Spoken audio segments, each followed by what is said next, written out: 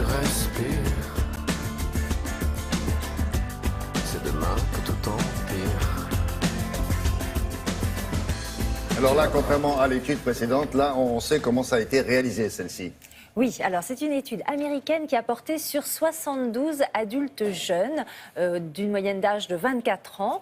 Alors pourquoi ce choix? Pourquoi avoir fait une étude sur les jeunes? Parce que les médecins savent déjà que la pollution atmosphérique peut développer de l'hypertension, peut aggraver une hypertension chez les personnes âgées ou fragiles ayant déjà une maladie cardiaque.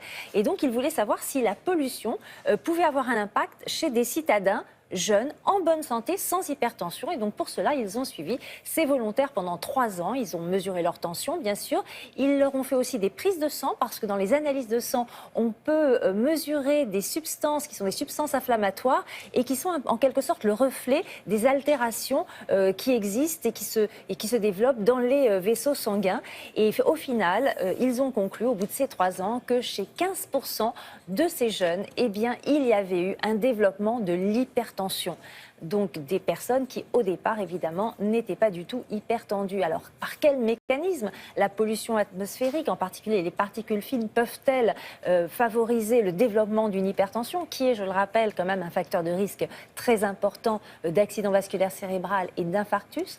Comment se prévenir aussi de cette pollution pour protéger son cœur et ses poumons, bien sûr, parce que quand on pense à la pollution, on pense aux poumons, mais on voit bien aussi que le cœur est un organe qui est fragilisé par la pollution.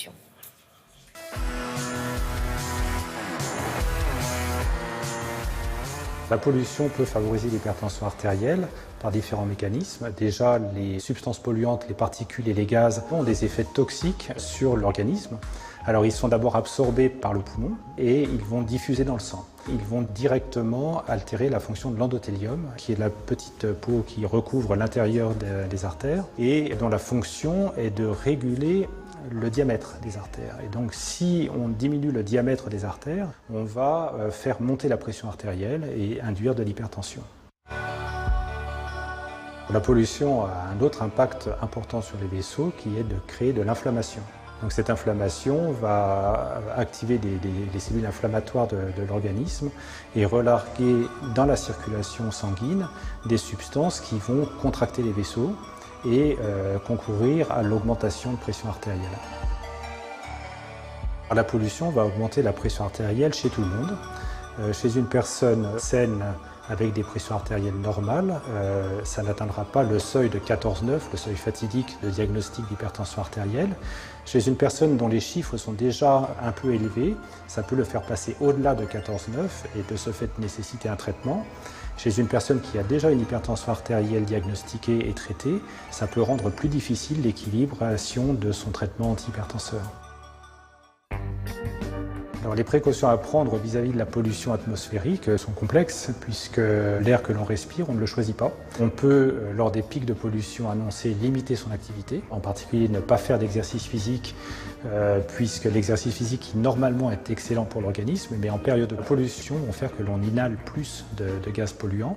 Éviter de sortir, en particulier dans des rues très passantes, quand on est porteur de maladies cardiovasculaires en période de pic de pollution.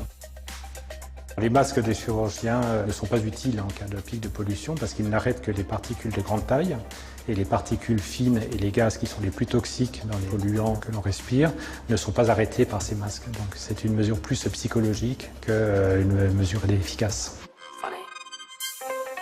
Ah bon, non, mais c'est très important ce qu'il vient de dire, ce médecin. Et donc oui. les masques là, que des millions de Japonais et de Chinois utilisent en cas de pollution, Oui, ça les sert à rien d'après simples lui. masques chirurgicaux, effectivement, ne protègent pas contre les particules fines qui sont les plus dangereuses. Il y en a certains qui ont un petit filtre en dessous. Donc et je crois que le ministère de la Santé pourrait dire, voilà, ça c'est utile, ça ne l'est pas, ça sert à rien de vous acheter ça ou pas. Effectivement, nous dire exactement. Mais bon, les Si masques... vous les croisez, hein, vous leur demandez de notre part. Les masques de chirurgiens, non, ne laissent passer les particules fines dangereuses. Voilà. Eh oui, bon, mauvaise nouvelle. Merci beaucoup.